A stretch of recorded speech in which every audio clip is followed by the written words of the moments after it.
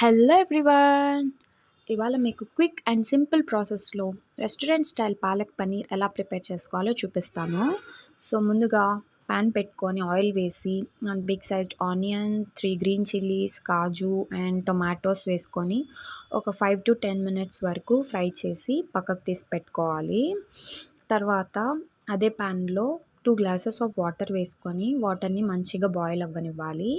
ఈలోపు మనం పాలకూరని కూడా క్లీన్ చేసి పెట్టుకోవాలి. వాటర్ బాయిల్ అయిన తర్వాత పాలకూరని ఇందులో వేసేసి ఒక 1-2 మినిట్స్ వరకు పాలకూరని బాయిల్ చేసుకోవాలి. ఇలా బాయిల్ చేసుకొని తర్వాత ఐస్ వాటర్‌లోకి షిఫ్ట్ చేసేయాలి. సో దట్ పాలకూర మనకి కలర్ టర్న్ అవ్వకుండా కర్రీ మంచిగా గ్రీన్ కలర్‌లో ఉంటది. అండ్ దెన్ మిక్సర్‌లో మనం ఫ్రై చేసుకున్న ఆనియన్, టొమాటోస్ అండ్ పాలకూర కూడా వేసేసి మంచిగా స్మూత్‌గా గ్రైండ్ చేసేసుకోవాలి. తర్వాత 1 medium sized onion, 3-4 garlic cloves ఫైన్‌గా చాప్ చేసుకొని అండ్ పన్నీర్‌ని కూడా ఇలా క్యూబ్స్‌గా కట్ చేసి పెట్టుకోవాలి.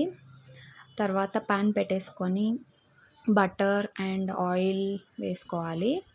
బటర్ కొంచెం మెల్ట్ అయిన తర్వాత మనం కట్ చేసి పెట్టుకున్న గార్లిక్ వేసేసి గోల్డెన్ బ్రౌన్ కలర్ వచ్చేంత వరకు ఫ్రై చేసుకోవాలి.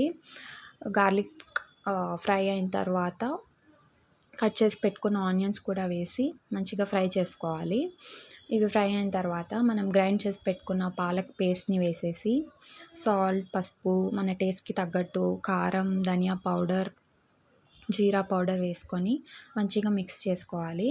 తర్వాత 2 టేబుల్ స్పూన్స్ ఆఫ్ కర్డ్ కూడా వేసి మిక్స్ చేసుకోవాలి.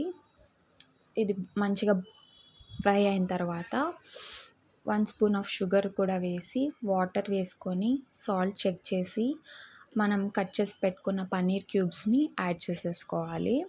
సో, ఇది ఒక 5-10 మినిట్స్ బాయిల్ అయిన తర్వాత half spoon of garam masala కూడా వేసుకొని మంచిగా మిక్స్ చేసుకోవాలి. లాస్ట్‌లో ఫ్రెష్ క్రీమ్‌తో గార్నిష్ చేసుకుంటే restaurant style palak paneer ready అయిపోతుంది. Thank you for watching. Bye.